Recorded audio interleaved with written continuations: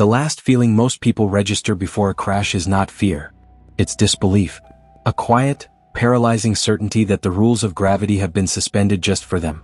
For Amelia Vance, it was the taste of cheap airline coffee and the sudden, gut-wrenching realization that the world outside her window was moving too fast and going the wrong way. Flight 293 from Seattle to Denver. A routine 2-hour hop. It became a 2-minute plunge into the unforgiving peaks of the Rockies. Amelia, a geologist who spent her life studying what the Earth did to metal, was about to become a subject of her own research.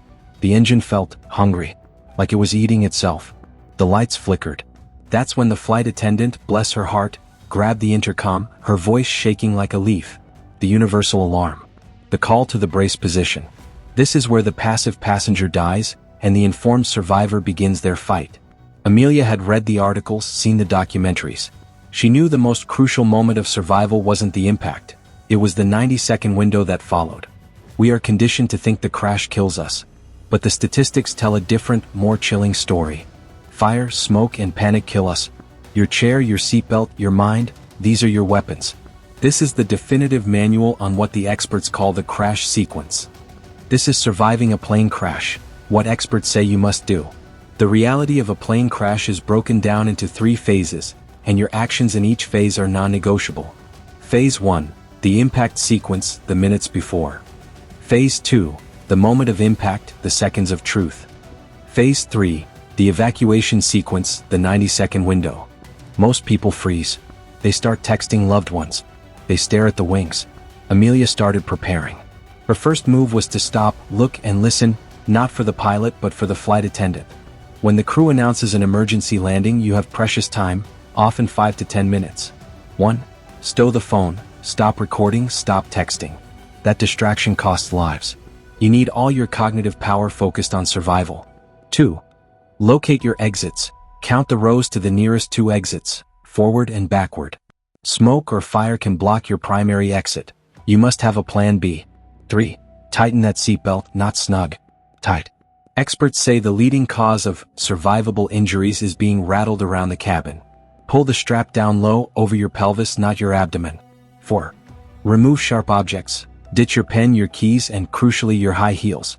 They can puncture the slide or hinder your movement. 5. Remove loose/flammable clothing. If possible, shed any synthetic or loose scarves or jackets that could easily melt or catch fire. Ma'am, stop. Put your head down. Brace. Amelia became an extension of the crew. She knew that the brace position wasn't one size fits all. She checked her position against the seat in front of her. The brace position is designed to transfer the force of impact from your head and spine to the larger muscles of your legs and torso. If you are 1 row or less from the seat in front, cross your hands on the seat in front of you. Rest your forehead on your hands. Feet flat on the floor, tucked back. If you are 2 or more rows away, most common, bend over, placing your head on your knees. Wrap your arms under your knees.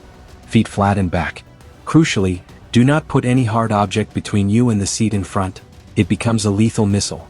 The air pressure dropped. The turbulence became a hammer. Amelia was tucked, braced, her mind a sterile checklist. She knew what was coming next.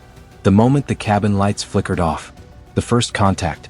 The plane tore through the tree line like a tin can through butter. The cabin atmosphere turned instantly to dust, smoke, and noise. This is the most dangerous 2 seconds of the whole ordeal. The G-forces slammed her forward. Her seatbelt bit into her pelvis, an agonizing, life-saving vice. She felt the searing pain of whiplash, the sharp, crushing sensation of the aircraft decelerating from 200 miles an hour to 0 in a few hundred feet. Hold it. Hold the position. Don't fight the belt. Don't look up. When the noise stops, do not move. You must confirm that the plane has completely settled. The shock can cause victims to try and flee while the plane is still sliding or breaking apart. 1. Wait for the second, definitive stop. 2. Yell your own name to confirm you are conscious and can speak. If you can speak, your next priority is the person next to you. 3. Reach for your seatbelt buckle. Do not fumble. You are now in the 90-second window. Amelia's head was ringing. Her vision swam. She took a single deep breath of the surprisingly clear air near the floor, where the smoke hadn't yet settled. She reached for the buckle and flipped it. Not fumbling. Not rushing. Flipped it.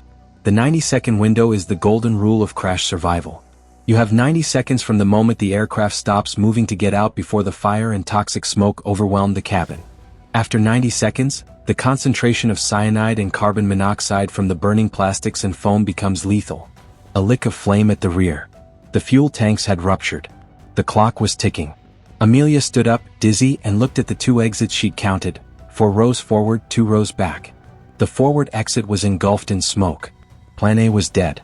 You must move with extreme speed but absolute control. 1. Do not grab luggage. This is the biggest killer in the evacuation phase. A single passenger reaching for an overhead bag costs dozens of seconds and creates a human logjam that ensures no one gets out. Leave everything. 2. Move low. Stay low beneath the smoke line. Smoke rises. The clearest air is often in the aisles near the floor. 3. Cover your mouth. Use a wet cloth if possible, or even just a piece of dry clothing. This filters the large particulates, but it won't stop the toxic gases. Amelia dropped to her knees. She felt her way, ignoring the shouts of the confused passengers who were standing upright, inhaling the first lethal puffs of smoke. She yelled at them to get down, pointing back to her alternate exit. Back. 2 rows back. Oh, stay low. The aisle was clogged. A man was trying to pull his bag out of the overhead. Amelia did not stop to argue. She pushed past the obstacle, her eyes on the dim glow of the exit sign 2 rows away. She reached the flight attendant, who was dazed but working on the latch. Amelia knew that these doors can be surprisingly heavy and awkward in an emergency.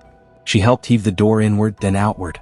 The procedure for operating an exit door or a window hatch is almost never intuitive. It often involves a handle that must be twisted up or down, followed by a forceful push or pull. If the door is stuck due to wreckage, do not waste time. Move to the next exit immediately. If the door opens, the slide is activated.